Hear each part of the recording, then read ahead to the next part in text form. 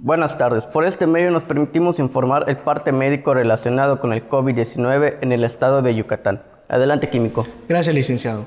Este es el parte médico de este martes 5 de abril. Se reitera el uso obligatorio de cubrebocas para toda la población, incluso la vacunada, y se recomienda a la población evitar el uso de cubrebocas de tela o pañoletas, ya que está descrito que no brindan ninguna protección contra la variante Omicron. Por lo que, para protegernos entre todos, se sugiere el uso de cubrebocas de 2 capas, tricapa o de uso grado médico como es el KN95, ya que estos tienen una cobertura hasta el 95% contra Omicron.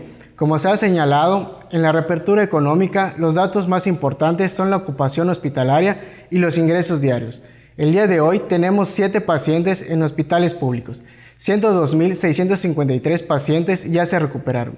No presentan síntomas ni pueden contagiar. Esta cifra representa el 93% del total de contagios registrados, que es 109.605. Hoy se detectaron 2 nuevos contagios de coronavirus, uno en Mérida y uno en Ticul. De los 109.605 casos positivos, 761 son de otro país u otro estado. Específicamente en Mérida se han diagnosticado 68.569 personas contagiadas de coronavirus, que viven en 17.649 en la zona norte, 16.727 en la zona oriente, 6.511 en la zona centro, 10.934 en la zona sur, 16.748 en la zona poniente. En este parte médico no se reportan fallecimientos. En total, son 6.931 las personas fallecidas a causa de coronavirus. De los casos activos, 14 están estables, aislados, monitoreados por el personal médico de los servicios de salud de Yucatán.